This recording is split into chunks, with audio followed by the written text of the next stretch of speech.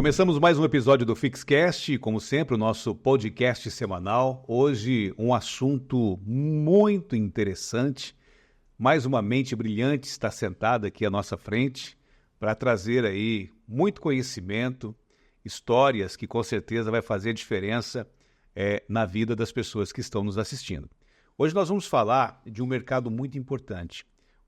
É a mola mestre que faz a economia do nosso país girar. Estamos falando do mercado laboral, mercado de empregos. Nós vamos falar sobre recrutamento, vamos falar sobre mão de obra, vamos falar sobre perfis, currículos. Então, para você que é um amante do mercado de trabalho, esse episódio é para você. Nós temos o prazer de receber hoje aqui Jefferson Cardoso, ele que é CEO da InTalent, uma empresa que, entre várias atividades, trabalha com recrutamento de pessoas, oferecendo o mercado de trabalho. Jefferson, é um prazer tê-lo conosco neste episódio do Fixcast. Prazer é meu, boa noite a todos. Jefferson, antes da gente começar a falar um pouco mais sobre o mercado de trabalho, sobre as atividades que a InTalent presta, né, de serviço, vamos trazer um pouco do seu currículo aí. Quem é o Jefferson Cardoso? Legal. O Jefferson é um rapaz que cresceu numa comunidade em São Paulo, né? Favela do Oleópolis, né? Comunidade do Oleópolis. Uhum. Comecei a minha carreira trabalhando no McDonald's, né? Como atendente, né? E para mim é uma escola, eu acho que muita gente tinha que passar por essa escola porque é uma escola de processo, de regras, de muita gestão de pessoas, né? Você já começou como multinacional, né? Exatamente, é uma multinacional. E durante 2 anos eu acabei sendo promovido 6 vezes dentro da empresa, porque quando você pega gosto por um trabalho e você se dedica, isso eu vejo muito nos jovens de hoje, quando ele gosta, né? Uhum. Você estuda, você acaba evoluindo bastante em relação a processo. E processo, ele tem que ser... igual quando um advogado vai estudar uma lei ou fazer uma tese, ele tem que estudar muito. Claro. Quando você trabalha numa empresa, principalmente multinacional, tem muito processo. E quanto mais conhecimento de processo você tem, fica muito mais fácil de você entender como as áreas funcionam e como elas se relacionam. Uhum. Mas isso vai da dedicação de cada um. Então, a partir dali, comecei a trabalhar no McDonald's, construí minha carreira, virei um gerente de manutenção, saí de lá num processo de treinamento de trainee, né, para gerente. E pela dedicação não conseguia ter tempo para estudar, né? Mas isso era um problema meu, não é que a empresa, mas era um problema meu, eu não conseguia gerenciar, embora deixando coisa para fazer. Aquele momento da minha vida ali com 20, 21 anos, isso era uma coisa que eu não admitia, embora deixar coisa para amanhã. Aí eu trabalhei em outras empresas, uma rede de postos, aí foi quando eu comecei na parte de RH, 20 anos acho que eu tinha na época, 21. Uhum. E na rede de postos eu vi muita coisa errada que eu fui aprendendo de como lidar. Por exemplo, desconto de algumas coisas de funcionário que legalmente não era, e aí eu fui começando a entender a parte trabalhista. Né? E eu falo hoje que a ferramenta, conhecer a lei trabalhista, entender os riscos é muito importante para qualquer gerente ou gestor de pessoas. Sim. Como eu era estagiário, depois eu fui conseguir um emprego na Paulista, era um sonho, acho que todo mundo que mora em São Paulo quer trabalhar na Paulista ou na BRN, ou na Faria Lima. Ali é essa região que todo mundo quer trabalhar.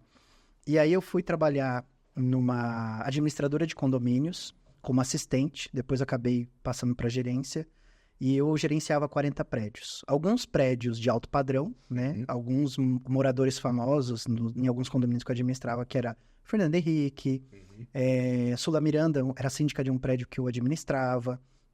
E tinha outro que, eu não vou lembrar todos os nomes, mas eram condomínios de alto padrão. Certo. E tinha os de baixo padrão que ensinava a gente como as pessoas brigam por tão pouco. Isso é muito bacana.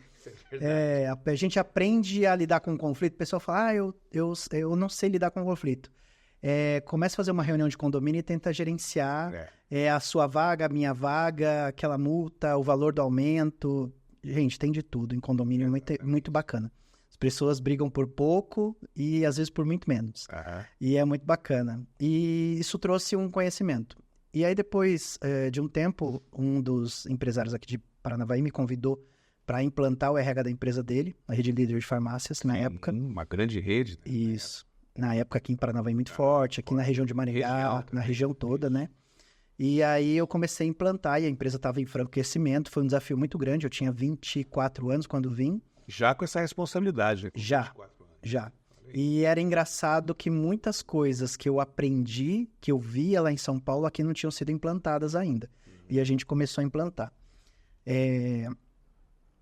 Uma das coisas que mais me marcou na época é que o pagamento de salário ainda era feito em espécie. Né? E a gente vinha de uma realidade em São Paulo que era transferir. Você transferia o pagamento que ia na conta do... Não, mas aqui fazia fila. Isso foi uma das primeiras mudanças que a gente trouxe. E outra de escala de trabalho. Tinha plantão. A gente foi uma farmácia que construímos um modelo de escala de horário. Certo. Né? Que era impossível, deu muito trabalho, principalmente a principal loja, que era a Farma Nova. E a gente construiu isso, deu muito certo, a empresa cresceu. Veio a crise de 2008, a empresa começou a ter problemas e foi a fase que eu acabei saindo e fui empreender. Né? Foi minha primeira experiência com uma falência. Eu abri uma empresa de recrutamento, só que eu cobrava do candidato. Certo. Né? Que hoje a lei nem permite. Hoje, vou te arrumar emprego, mas você vai me pagar para isso. É mais ou menos assim? Sim, você está me pagando para procurar para você. Exatamente. Enquanto você fica no conforto da sua casa. Claro. Você não fica batendo e gastando sapato. Exatamente. Hoje em Talent tem serviço, mas para executivos.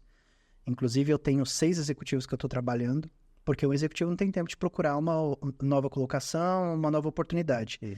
E é engraçado que o executivo ele não quer um emprego, ele não quer um trabalho, ele quer alguma coisa relacionada à vida pessoal dele. Quando ele sai de uma empresa, que nem eu estou com o executivo lá, que quer sair de São Paulo e vir para Maringá ou vir para nossa região, ele está buscando qualidade de vida e tempo com a família. Sim. Porque lá em São Paulo ele não tem. O trânsito não é nem a empresa. Porque ele vai trabalhar, às 12 horas que ele trabalha lá, ele vai trabalhar aqui. Sim. Só que ele vai economizar 4 horas do trânsito. O deslocamento, né? Exatamente.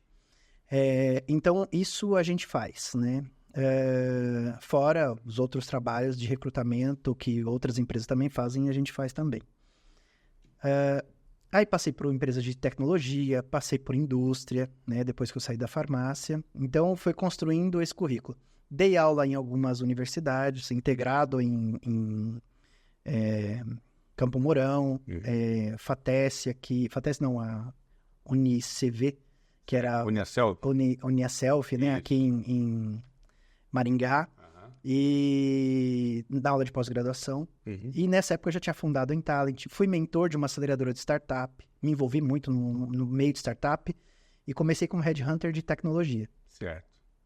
Porque contratar para TI é diferente de contratar para as outras empresas. E isso é muito claro. Eu lembro que eu trouxe um rapaz que trabalhava comigo, foi meu sócio depois, e ele veio de banco. E ele falava assim, como assim eu tenho uma vaga e ninguém se candidata? Porque naquela época que ele veio trabalhar comigo, em 2018, as pessoas ainda procuravam emprego. Não é que nem hoje que não precisa procurar, as empresas estão te procurando. E aí a gente falou, não, cara, você tem que abordar, você tem que prospectar candidato. Sim. É uma palavra que naquela época era muito, você prospectava lead. Eu prospecto candidato. Certo. Então eu colocava alguém para entrar em contato e oferecer uma oportunidade. E ele achava ruim, achava que as pessoas... E aí ele começou a entender que o setor de tecnologia, ele flui diferente. Ele sempre tem muita oportunidade. A gente cresceu bastante, né? Fomos atender... A maior empresa que a gente atendeu foi a Tata Consult Service, que é uma empresa uma indiana. É a segunda maior empresa de tecnologia do mundo. 500 mil funcionários. Se eu não me engano, só de TI são 130 mil funcionários. É muita gente. Eles têm sede em Londrina e São Paulo, né? E em Londrina, na época, eles tinham uma meta de... Eles estavam com 600 colaboradores. Quando eu visitei eles, a gente fechou o contrato. A meta era ter 5 mil. Hoje eles têm 2.400. A gente mantém o relacionamento, às vezes fecha uma vaga ou outra, mas é um trabalho muito descomunal. Você não tem hoje 5 mil profissionais disponíveis na nossa região para atender uma empresa dessa. Então isso já se torna inviável. Certo. Né? Quem prometeu isso para eles, eu falei, estava viajando. E a gente atendeu outras grandes empresas, tem uma que era a Quantify, que era uma empresa que tinha capital do Google.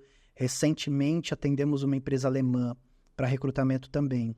E foi até engraçado, porque a gente imagina que em empresa estrangeira, nossa, os caras são organizados, Nossa, passei muita raiva.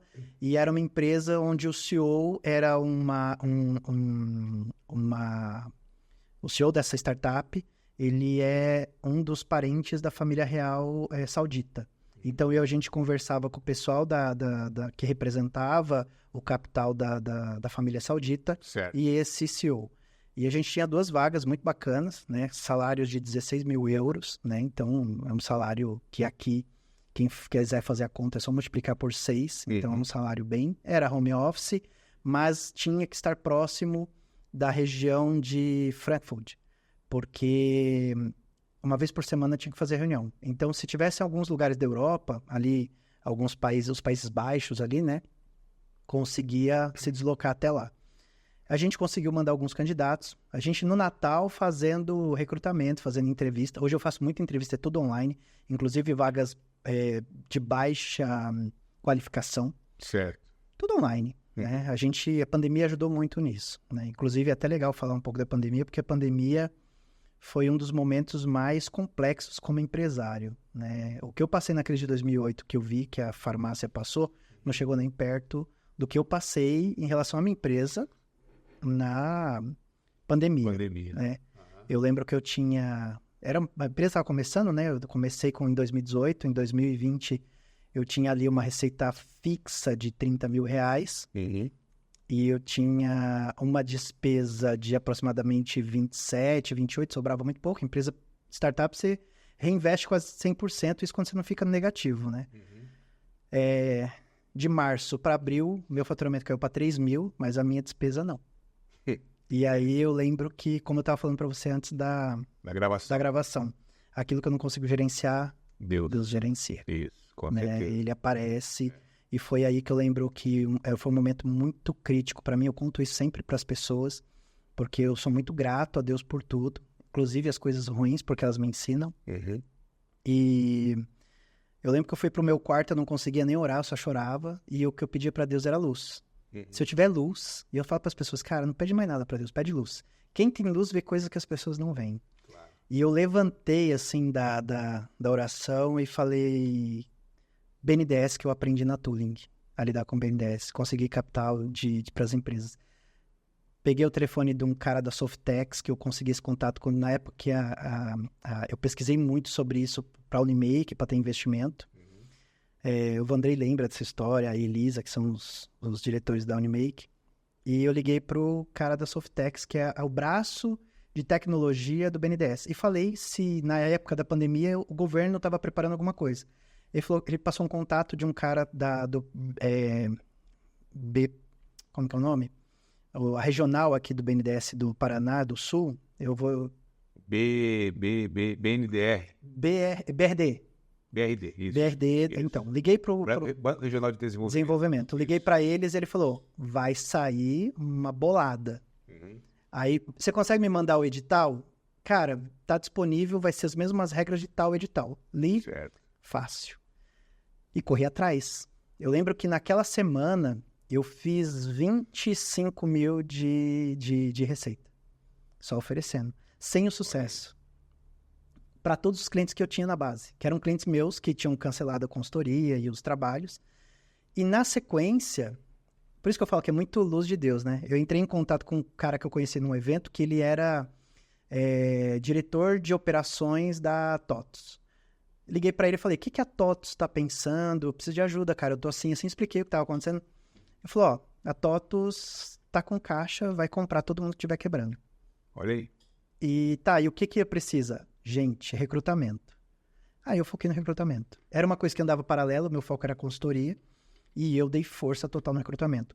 Na pandemia, ano 2020 e 2021, meu faturamento dobrou, e a minha participação de faturamento em relação a recrutamento, que era 15% da receita, passou a ser 85%. Explodiu. Que legal. Então eu vejo que a gente tem que estar aberto e meio que com a antena ligada, que as informações vêm. Claro. Então esse é um pouco da história ali. Né? Hoje a Intalent tem 4 produtos, a gente está desenvolvendo um software, recebemos recurso do governo do estado para desenvolver um software, o Anjo Inovador, né? Uma ideia fantástica aí que o governo do estado fez, que é realmente toda empresa precisa de um investidor anjo. Por que não o governo ser um investidor anjo para que as startups cresçam? Olha aí. E, então, ele está usando um fundo, ele tem, colocando dinheiro e seguindo regras. Ó, é para gastar o dinheiro contratando gente, é para gastar o dinheiro. E aí os softwares vão sair, e se as empresas conseguirem vender, né? Se, tipo, eles ajudaram 51 empresas, se 30% delas crescerem, você tem mais ou menos, vamos pensar aí, 25 empresas de tecnologia para o estado, isso é fantástico. Aí fizeram o Anjo Inovador esse ano também, tiveram 510 projetos, só que só 80 serão escolhidos. Certo. Mas são 80 empresas que o estado vai colocar 250 mil. Então, fantástico. A ideia foi fantástica, eu acho que ajuda muito.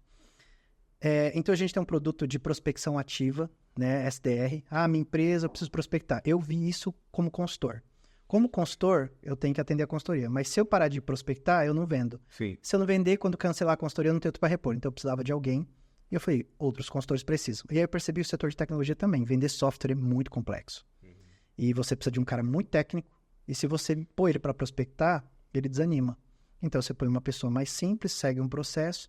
E eu tinha visto isso num evento um pouquinho antes da pandemia, com o Aaron Ross, lá num Conecta, que eu fui com o Sebrae. O Sebrae sempre leva a gente. Vai ter, acho que 2 caravanas agora do Sebrae. Uma a gente vai visitar o Grupo Globo. É muito bom. Aqui em Maringá. E aí me deu esse estalo. E aí que nasceu uma operação de terceirização de SDR. Então, tinha um produto que nasceu... A empresa nasceu na consultoria, que é o que eu fazia nas empresas, RH, estruturar RH. E não só isso, ajudar em desenvolver a parte de... estruturar a parte de comissionamento, pagamento por resultado, bonificações. Isso é a maior dificuldade dos empresários, como ser justo... pagando para quem entrega mais. Não só tem mais meritocracia. A gente chama que é implantar a meritocracia nas empresas. Certo. Principalmente administrativo, que é muito difícil. O recrutamento, especializado em TI, mas a gente atende outras empresas. Aí nasceu o SDR e aí a gente viu a necessidade de um marketing especializado para empresas de TI. Muita empresa de TI não tem marketing. Elas cresceram por indicação. Eles fazem um produto muito bom, que atende um nicho, e aí um empresário indica para o outro. Agora que as empresas estão investindo em marketing, marca, então a gente criou essa agência. E aí veio a questão do software por conta da própria consultoria, que a gente percebeu que qual que é a dificuldade de um gestor hoje de pessoas? Desenvolver pessoas. Né? O problema não está no mercado de trabalho, o problema está que todas as empresas querem alguém pronto. E não tem gente pronta. Claro que não. Então eu preciso desenvolvê-las. E como que eu desenvolvo? A gente fala que é o PDI, Plano de Desenvolvimento Individual. Faz o feedback, você precisa melhorar nisso, precisa desenhar isso. Pega a descrição de cargo, cara, isso aqui você já domina, isso aqui não. Então você tem que ir 6 meses para se desenvolver. Isso tem que ser uma coisa automática. Então, software para isso. Só que voltado para o governo, que é pior ainda, né? O desenvolvimento profissional do funcionário público, e muitas carreiras já estão tendo dificuldade de preenchimento, porque se as pessoas acham que todo mundo quer a segurança de trabalhar para o Estado, negativo. A gente percebe que até os próprios concursos de polícia, de bombeiros, estão reduzindo. As pessoas não... O jovem hoje, ele vai estudar TI, ele vai ganhar, trabalhando para uma empresa estrangeira, em dólar, vai ganhar 5 mil. Ele vai ser policial, correr na rua para ganhar 2, 3 mil. 5 mil inicial, né? Porque inicial. Você falou aí de 16 mil euros aí, nós estamos falando do salário de quase 100 mil reais. 100 mil reais. Então, é uma área bastante promissora. Que você pode trabalhar de casa. Com certeza. Ô Jefferson, você deu fez um resumo aí do teu currículo, né, de algumas atividades que a empresa Intalent oferece para o mercado, né? Muito bacana você falar isso, né, sobre os perrengues que você passou também lá atrás, né, e a gente com certeza aprende com os erros, né? Deixa eu te fazer uma pergunta meio que geral, assim, né? Você que está aí nesse segmento, dentro do mercado de trabalho, o que é mais difícil hoje? O gestor, o empresário, arrumar um colaborador ou uma pessoa arrumar um emprego? Comparando esses dois lados da chave, assim, o que é mais difícil hoje, na tua ótica? Eu não consigo responder para você com clareza e tão simples, porque o mercado de trabalho é muito complexo. Claro. Eu tenho questões, né? A idade é um ponto que a gente já superou em algumas carreiras, mas em outras carreiras ela ainda pesa. É meio que uma questão de... É um preconceito velado dos próprios RHs. Certo. Né? Se eu tiver, por exemplo, com certeza você deve ter pouca diferença da minha idade. Então, se nós dois estivermos com a mesma competência concorrendo a uma vaga de emprego, a preferência, isso é no Brasil, tá? Eles vão preferir a mim do que a você. Certo. Se for na Europa, você do que a mim, porque você é mais velho. Tem mais experiência? Mais experiência, é mais estável. E aqui no Brasil, eles pensam no mais novo, porque ele fala, o mais velho vai me trazer mais atestado. É um pensamento meio medíocre. Certo. Então, eu sempre falo que quando a gente fala de mercado de trabalho, imagina um caldeirão. Aquele caldeirão do pica-pau, sabe? Que coloca o pica-pau no meio e vai colocando. Coloca cenoura, coloca isso. O mercado de trabalho é um caldeirão. Eu falo isso desde 2017, que o setor de tecnologia ia sofrer uma pressão muito grande em 2020 para frente.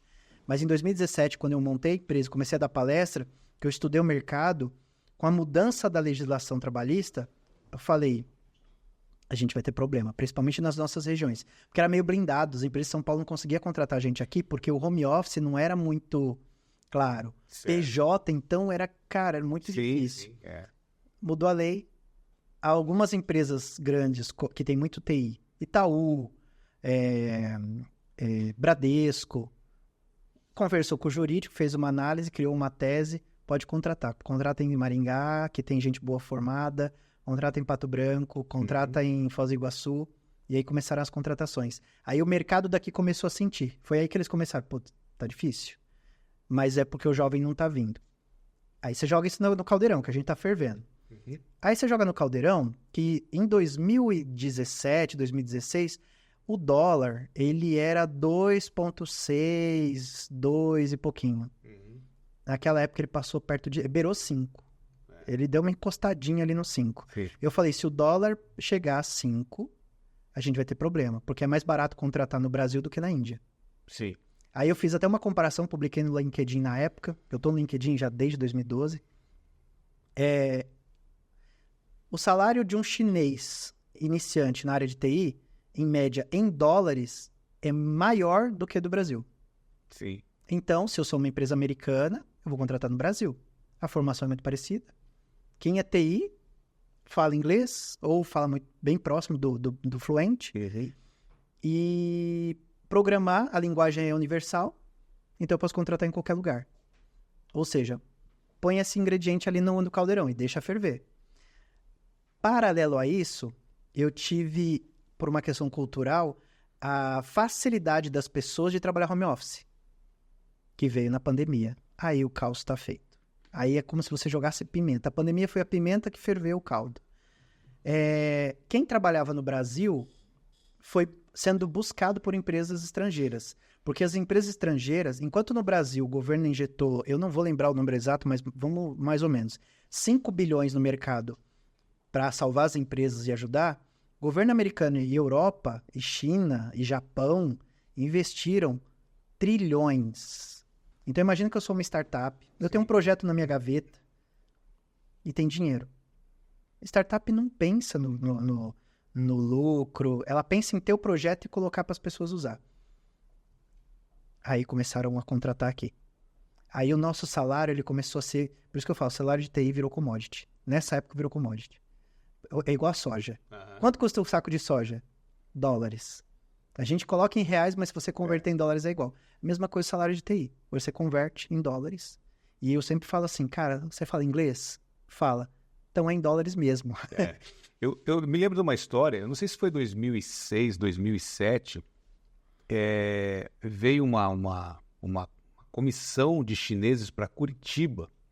Eu falo isso porque tinha um amigo meu que trabalhava lá nessa área de TI, lá em 2006. Celepar. E aí, o que acontece? Os chineses vieram para contratar mão de obra na região metropolitana de Curitiba, porque souberam que ali tinha as pessoas que trabalhavam bem nesse setor, né? Eu sou meio leigo nessa área, mas a história é essa. Então, eles vieram para contratar, salário que se aproximava aí... hoje, falando de dinheiro de hoje, mais de 100 mil reais, né? Tinham, aí colocaram um requisito lá que tinha que programar em R, né? Uma linguagem deles lá. E aí encheu a sala. Tá? Todo mundo lá, tal, em busca. Mas aí chegou um cara e falou, tem o principal requisito que é falar mandarim fluente. E aí, como é que faz? Mandarim. Inglês, naquela época, muita gente fala, mas mandarim, como é que vai? Enfim, não conseguiram contratar ninguém. Porque tinha o tal do mandarim no meio, né? Hoje conseguiria. Né? Hoje tem software que eu consigo pegar o meu WhatsApp, eu mando mensagem para você e ele vai transferir com a minha linguagem na sua língua e vai falar como se eu tivesse falado com você. Em mandarim. Qualquer língua do mundo. A inteligência artificial, ela copia a sua voz, custa R$69 por mês. E se você colocar isso, eu vi isso num evento de São Paulo, cara, eu fiquei abismado. Eu até pesquisei, é que eu não tenho essa necessidade agora, mas certo. É muito claro. E ele tem também a seguinte função. Ele vai ler todas as suas conversas, por isso quanto mais conversa tiver arquivada no WhatsApp, ele vai ler todas. Ele vai criar um padrão de resposta para cada pergunta. E ele consegue discutir com a sua esposa como se fosse você por áudio, se ela mandar áudio, respondendo como se fosse você, negociando para que você ganhe a conversa. Caramba! Rogério, olha só, hein? Isso é muito bom, gente. Esse é o futuro. A gente falava que, não, numa conversa eu nunca vou ganhar da minha esposa. Agora tem um software que vai te ajudar. Onde que arruma esse software? Depois eu vou dar os nomes para vocês. Muito boa. Cara, mas é muito bacana você falar disso aí, porque assim, a gente como a gente disse lá no início, né? O mercado de trabalho é o que faz a economia girar, né? O mercado de trabalho, claro, feito por pessoas. E eu quero te fazer uma pergunta também, que sempre nas rodas surge essa situação.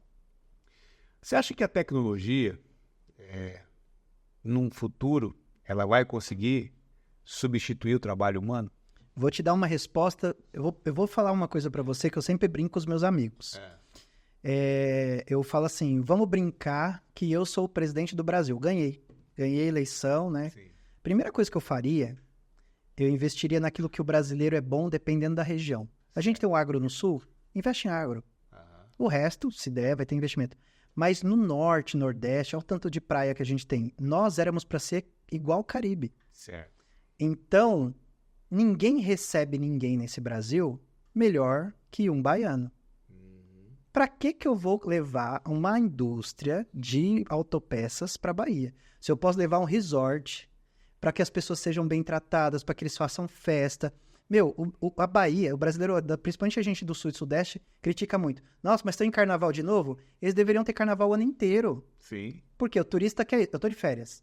Eu vou ficar aqui, vou passear... Meu, eu quero festa. Eu quero ir para onde tem carnaval, onde tem festa, onde tem gente alegre. Para eu distrair, para eu me divertir. Eu aposentei, né? Tipo, tô com 60 anos, que a idade que o pessoal aposenta na Europa é 70, 80. Sim. Eu quero me divertir. Os cruzeiros tinham todos que parar lá. Eu investiria nisso. Nordeste é festa. Ah, mas ali tem uma mina especializada que pode ajudar como que eu posso dizer? Em baterias de carro elétrico. Aquela região vai receber um investimento para isso. Ou oportunidades para isso. Ou eu, como governo, vou trazer capital de fora para isso. Você vai nichar o mercado, né? É isso. Fazer os nichos para poder... Pensa comigo, eu como gestor de pessoas, eu tenho que olhar a capacidade. Eu não vou colocar uma pessoa que é introspectiva para ser vendedor. Claro. Então, por que eu vou levar uma fábrica para um lugar onde as pessoas gostam de fazer festa, gostam de receber as pessoas?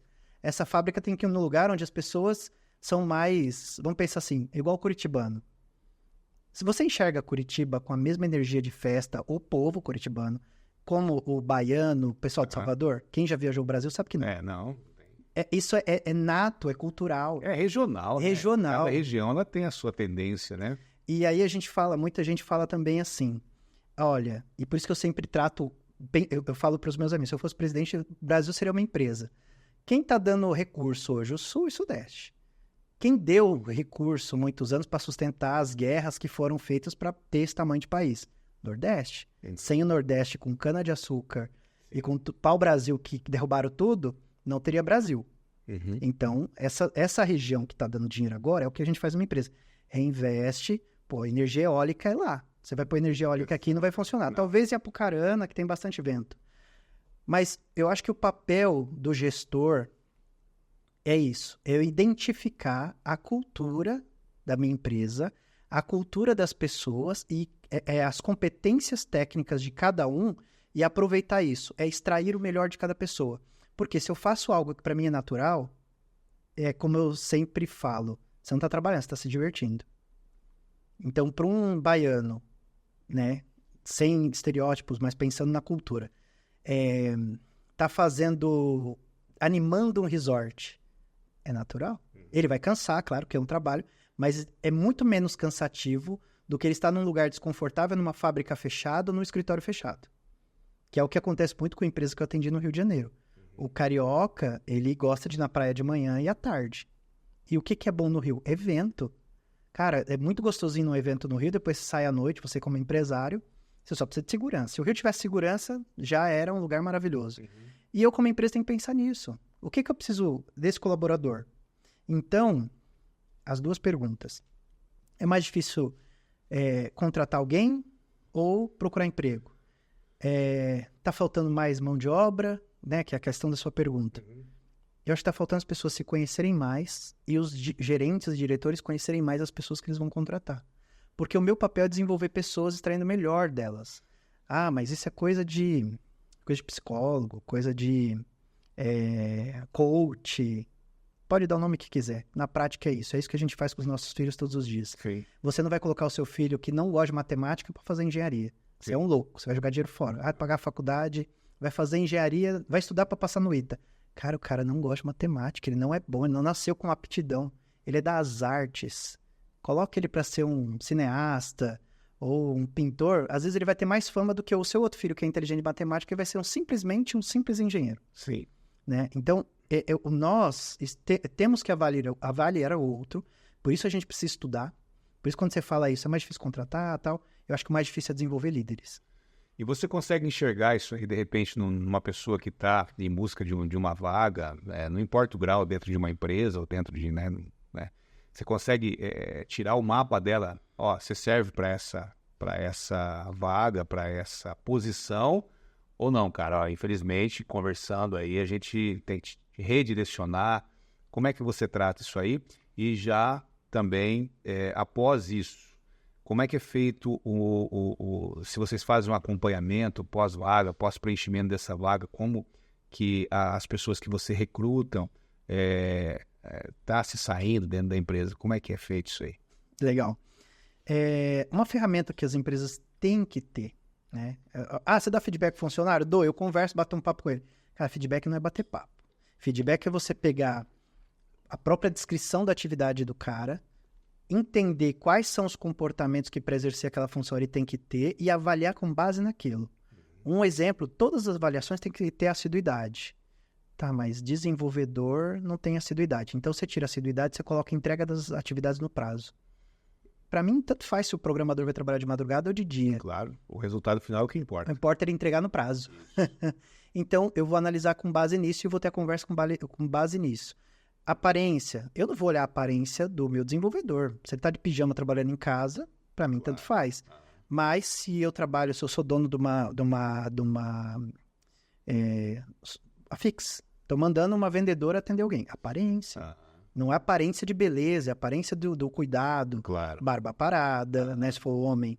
Se for mulher, uma roupa que seja adequada. O homem também, né? Uma camisa, né? Tomar um banho, que são coisas básicas. Isso eu, como líder, tenho que avaliar. E aí, com essa ferramenta, eu vou desenvolvendo as pessoas, que eu vou dando toque exatamente naquilo que ela está pecando. Você vai moldando, né? Exatamente. O que as empresas pecam?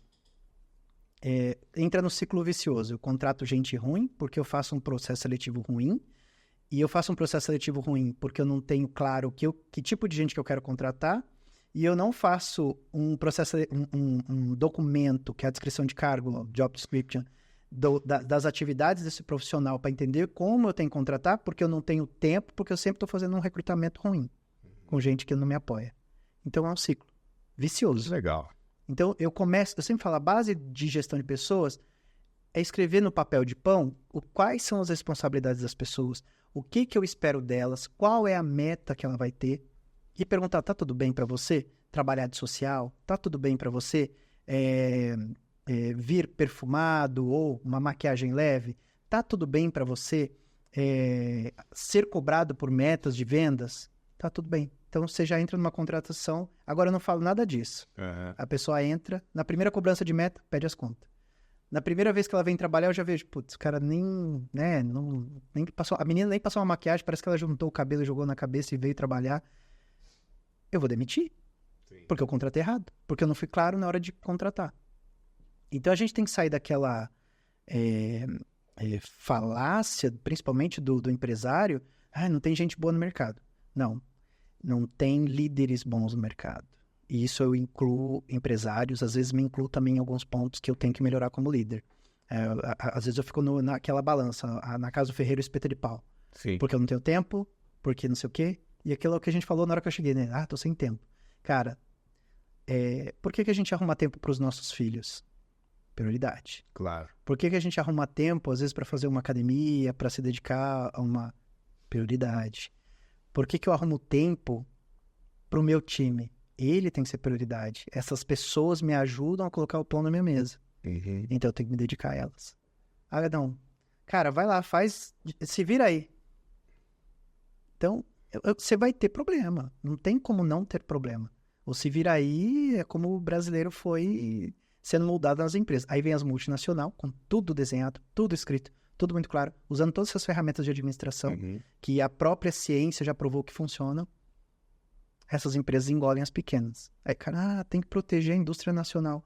Cara, eu acho que a melhor forma de proteger a indústria nacional é capacitando, dar mais dinheiro para o Sebrae, para ele dar mais curso para empresário e dar consultoria para esses empresários. Mandar o consultor lá. Você quer receber dinheiro do banco? Quero. Então, você tem que fazer essa trilha.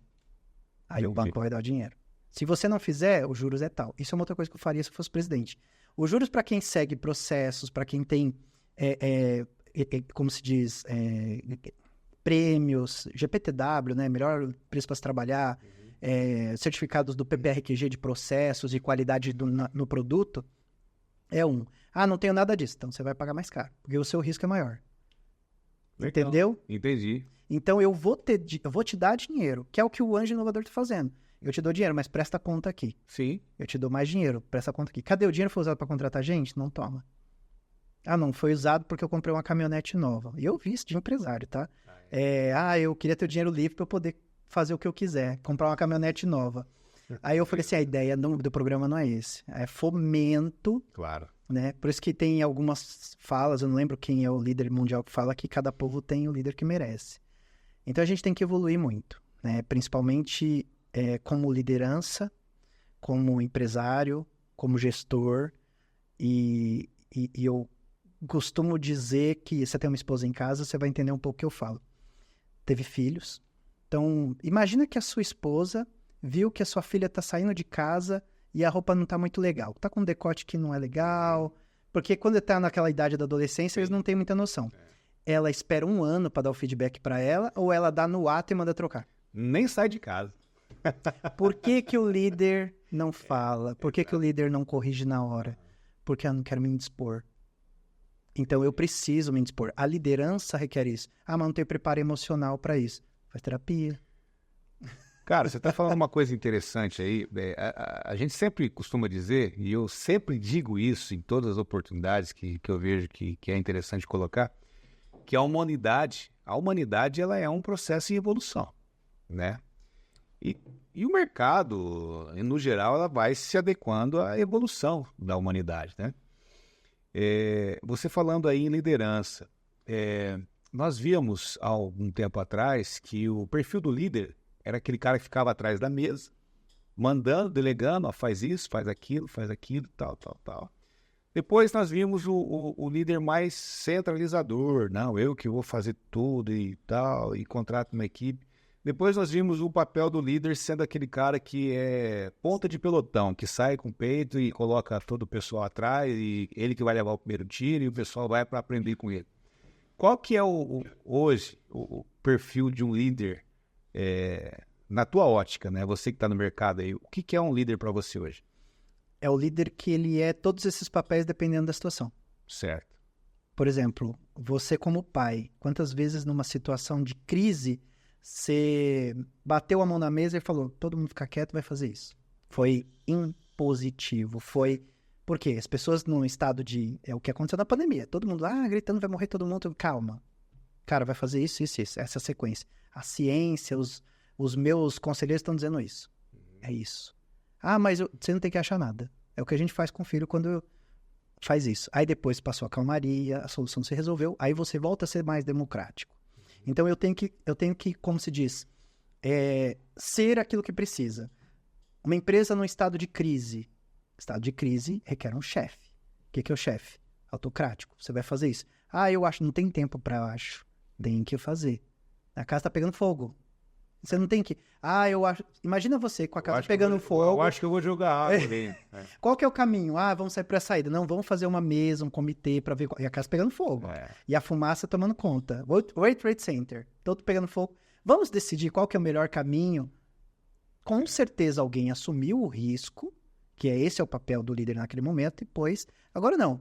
Tô com caixa, N projetos... Né? Se eu gastar com todos, eu vou entrar numa crise, então eu chamo o meu time, vamos discutir qual que é o melhor. Temos tempo, temos prazo. Sei. Então, o líder ideal hoje é aquele que percebe o termômetro, o momento, e ele toma a decisão mais rápida. Certo. Pensa na sua mãe, que falava assim, põe blusa.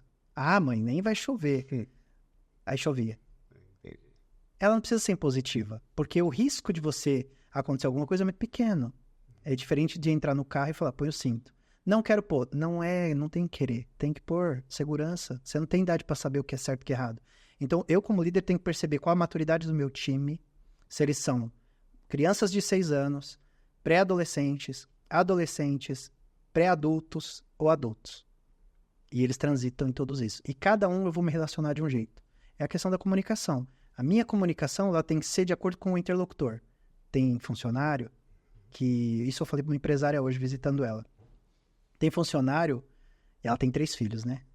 Não tem um filho seu que se você ficar muito em cima, ele não produz, não faz nada, ele fica meio travado. Você tem que dar uma distância para ele se virar? Tem. Funcionário é a mesma coisa. Tem gente que funciona dando... Delargando praticamente. Não, vai lá, cara. Tenta lá e depois você me fala. E ele realmente produz. Tem outro que você tem que cobrar. Né? Você fez tarefa, não fez? Traz aqui, deixa eu conferir. Exatamente. Porque você nunca vai ter pessoas iguais. Você também não é igual aos outros líderes. Só que você tem que entender que tem hora que você tem que ser um líder impositivo, tem hora que você tem que ser um líder mais, como que eu posso dizer, carinhoso, sabe? Abraçar a equipe, entender o que está acontecendo, é uma situação diferente. Tem hora que realmente você tem que falar com uma certa agressividade, né? Vai fazer, tem que fazer, não tem escolha. Então, o líder tem que transitar. Então, o melhor líder é aquele que entende essas mudanças e não sofre com isso. É o líder resiliente, é isso? Ele chega a ser um resiliente, mas eu costumo falar que é um líder camaleão. Camaleão. É um líder camaleão. Ah, o cenário tá verde, tô verde. O cenário tá vermelho, tô vermelho.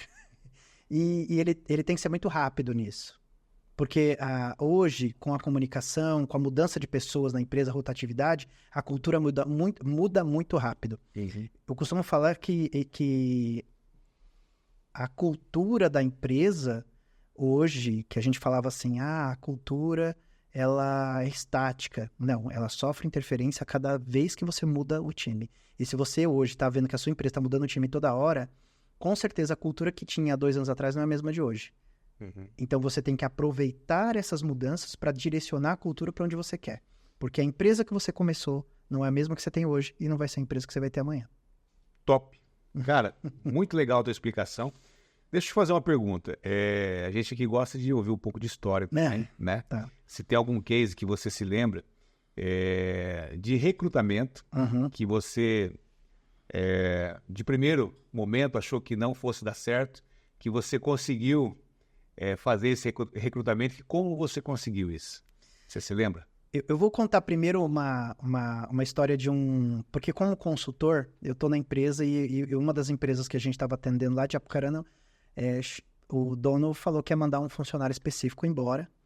E eu pedi para analisar, olhei o currículo do cara e falei, mas vai mandar um cara com tanto conhecimento embora? Por quê? Eu quero conversar com esse cara. Eu conversei com ele e o cara realmente, ele tava muito puto. Ele reclamou de tudo e tal, não sei o quê, e tal. E eu perguntava, você tem solução? Tenho, e tem para isso e tal. Beleza. Aí chamei os dois donos.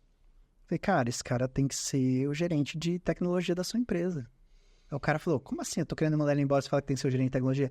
Cara, o conhecimento dele, mas a visão crítica dele, sistêmica, vocês vão ter o melhor gerente que muitas empresas não têm. Olha aí.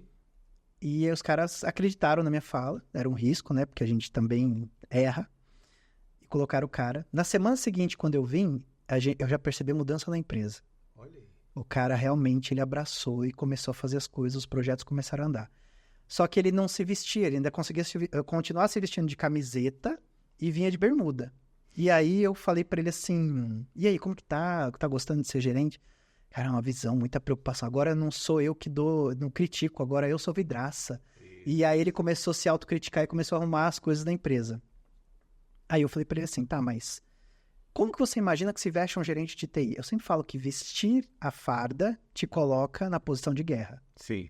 Ah, eu vou pra guerra, de bermuda e shorts, o seu psicológico você não tá em guerra, você tá de férias. Claro. Então eu sempre olho, eu tenho a minha roupa, o meu dress code, ele tem que dizer para o que eu tô fazendo. Eu trabalho numa empresa num banco de investimento. Eu pareço um cara que fala de investimento? Essa é a pergunta. É o dress code. Dress code. Olha que tempo. E aí eu falei para ele, cara, olha no seu espelho, você é um gerente de TI, imagina se chega agora um diretor de uma empresa grande aqui de Apucarana, fala, vem fazer uma visita aqui para mim agora, que eu quero discutir com você os processos. E o cara tinha conhecimento, ele era técnico.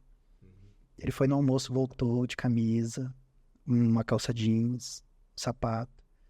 A postura dele mudou e as pessoas começaram a enxergar ele diferente. O que ele reclamava para mim de manhã, que as pessoas não respeitavam ele, que ele tinha acabado de ser promovido, quando ele veio de camisa, começaram a respeitar. Porque é como eu te enxergo. Exatamente. Se eu ver você de farda, eu vou te respeitar diferente do que eu te respeito sem farda. Sim. Se ela for de um cara do exército, eu vou te respeitar mais ainda. Porque o que o cara do exército está fazendo aqui? É meio que inconsciente.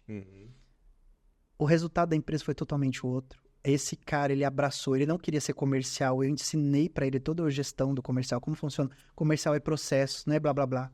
Ele fica falando, e tal, o cara que fala muito. Processo. Cara, eu tenho isso. Você tem... A sua dor é o quê? Beber água. Eu tenho água. Então eu quero comprar. Acabou. É isso. Certo. E ele aprendeu, olhou os números, olhou indicadores. Ele era muito técnico. A empresa escalou. Hoje ele é sócio da empresa. O cara que ia ser mandado embora, você foi lá, conversou com o cara, indicou ele para uma posição superior dentro da empresa e hoje o cara é sócio da empresa. É sócio da empresa. Como vale um trabalho de consultoria? Conversar com quem entende, né? E aí, quando você fala de contratações, teve um rapaz que veio trabalhar para mim, esse também é um case de sucesso, hoje ele é empresário. E aquilo que você falou, como que eu avalio pessoas, como que eu olho? Existem ferramentas de assessment, que são o DISC, o famoso DISC, tem outras ferramentas, várias no mercado, onde eu consigo, com algumas perguntas, com um algoritmo específico, ele me dá uma trilha direcionada do que como você pensa, como você gerencia, como você toma suas decisões. Isso é importante, porque eu preciso saber se esse líder toma decisões com valores econômicos, com valores estéticos, com valores políticos. E isso influencia toda a decisão da empresa. Altruísta. Líder altruísta vai quebrar a empresa. Coitado, não manda ele embora, não. Nossa, ele tem aquela família. Eu não posso ter alguém na liderança assim. Então, o altruísta não pode ser só emoção. Ele tem que ter um grau de altruísmo, senão por isso é o equilíbrio. Mas o que eu quero nessa posição? Que valor é mais forte? Então, eu tenho que ter essa avaliação. E aí, eu não estava com tempo. E eu tinha feito um treinamento específico de uma empresa bem famosa. E eu peguei o currículo do cara e peguei essa análise comportamental. Eu só mandei pra gerente, eu tava de férias, falei, pode contratar esse cara. Ele é perfeito pra vaga. Mas você nem conversou com o cara. Não preciso conversar. Pode contratar. Contratou.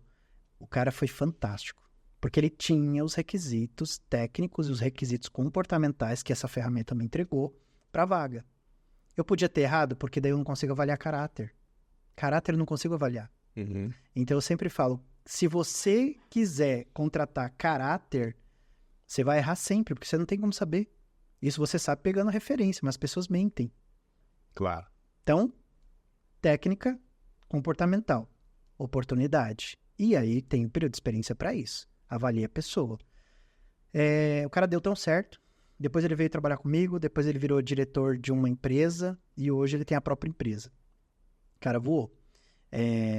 E olhando... Eu vou até lembrar, tem uma pessoa na Rede Líder também que trabalhou comigo. Veio trabalhar comigo, que também foi fantástica. É um outro case de sucesso.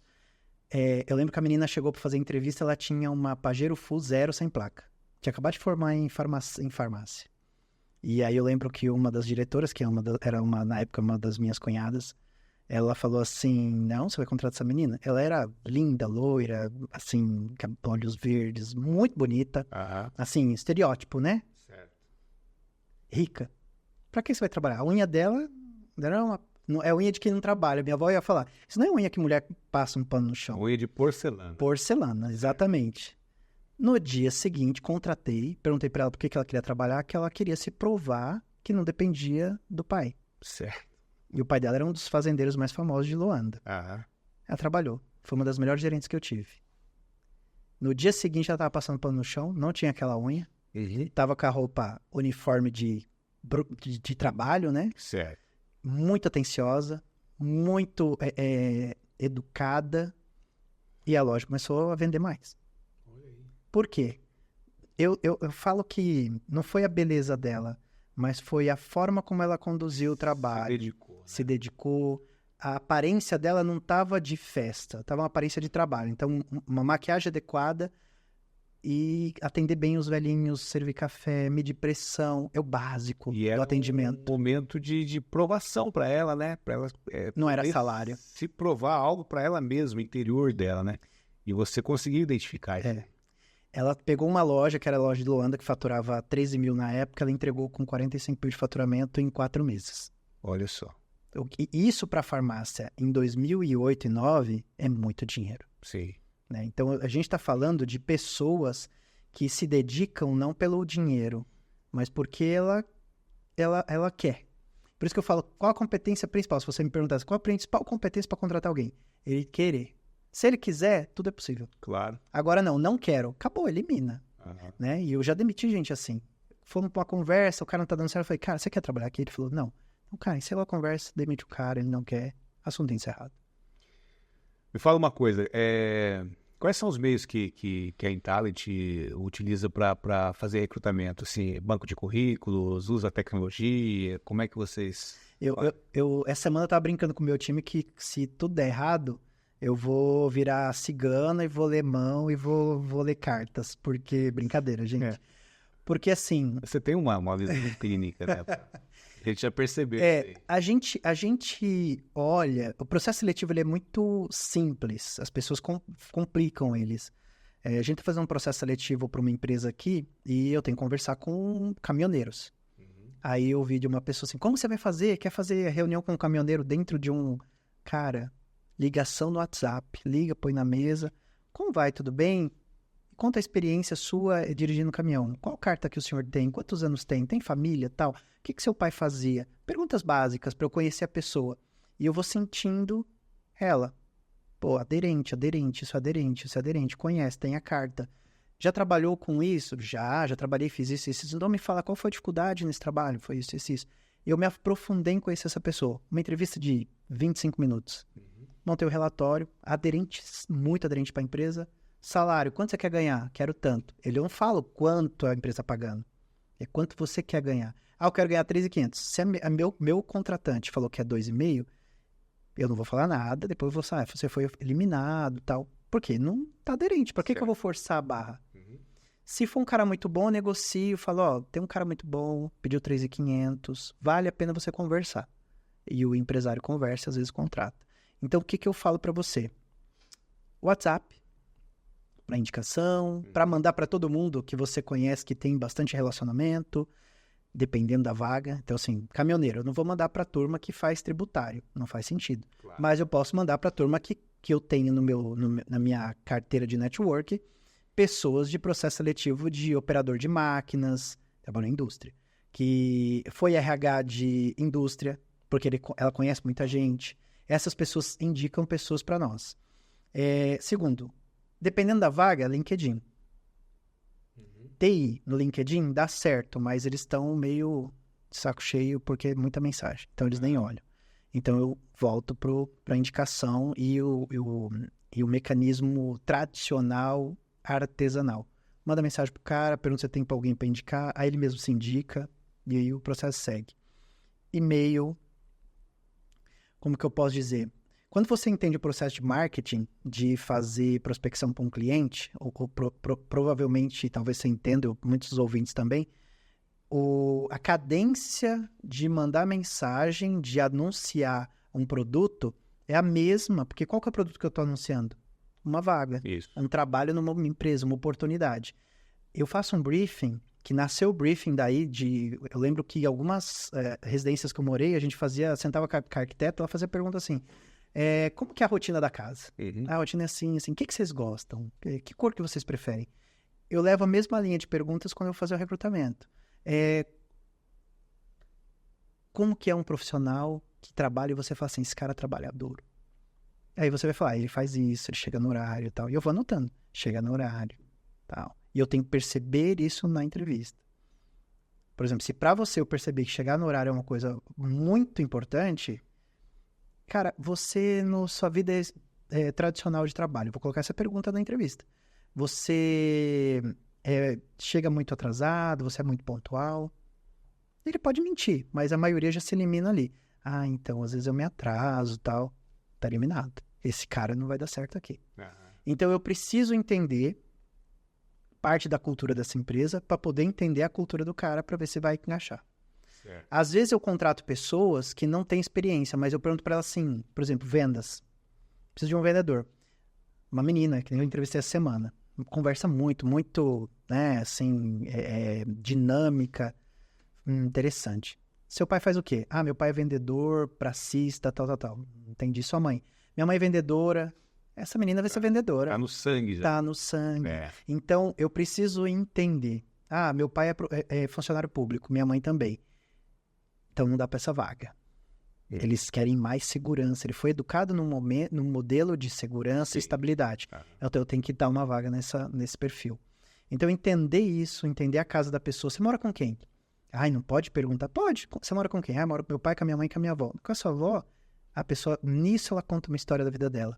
Ah, é que minha avó era casada com meu avô, aí ele faleceu, minha avó ficou muito triste, meu pai trouxe pra morar comigo.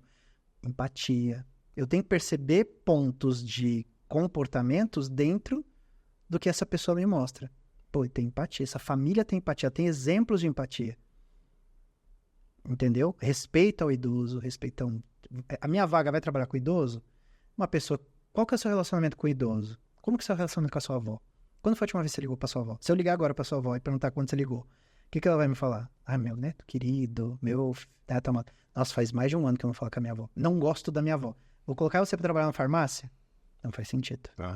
Então, eu preciso ter essa noção e por isso que eu falo, existe uma diferença entre recrutador e headhunter. O recrutador, ele faz esse processo muito redondo. Você fala o que você quer, eu vou procurar no mercado e vou te trazer. O headhunter, a gente vai trocar uma ideia, você vai conversando comigo, igual esses dias eu estava conversando com um empresário, e ele foi contando o perfil de pessoa que ele gostaria que trabalhasse. Eu vou usando minha máquina aqui, minha inteligência artificial, e falando assim, esse cara dá, e vou anotando, ó, os nomes que eu lembro de pessoas que têm aquele perfil. Fulano. Então, são todos network, pessoas que trabalharam comigo durante a vida. Se eles não sabem, normalmente você conhece alguém que é muito parecido com você. Ó, esse cara, e aí o cara me indica. Fala, cara, eu tô com uma vaga perfeita, muito parecida com o seu perfil. Eu tô feliz aqui, mas tem meu amigo que trabalhou aqui, que tá procurando, ele não tá feliz onde ele tá, pede pra me procurar. Então, por isso que o meu fechamento é muito mais assertivo e mais ágil. A gente tá sofrendo pra contratar pessoas? Tá, mas aí são outras conversas, porque tem muita coisa misturada nesse caldeirão. Exatamente. É o caldeirão do pica-pau. Ô Jefferson, nós já estamos nos encaminhando para o final. Passa rápido, né? Passa rápido, passa Bate-papo. rápido. Aliás, já quero dizer que é um segmento, é um assunto que vale a pena a gente fazer o outro Fixcast aqui com você para Legal. aprofundar mais em uma seara. Mas assim, para a gente fechar o nosso bate-papo hoje, eu gostaria que você deixasse aí uma mensagem para o empresariado, para as pessoas que são líderes, dirigentes, né, gestores de empresas. Qual é a mensagem que o Jefferson da Intality pode passar para essas pessoas?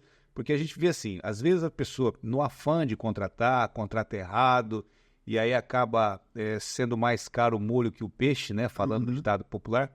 Que recado que você dá para essas pessoas aí ao contratar um colaborador para a empresa?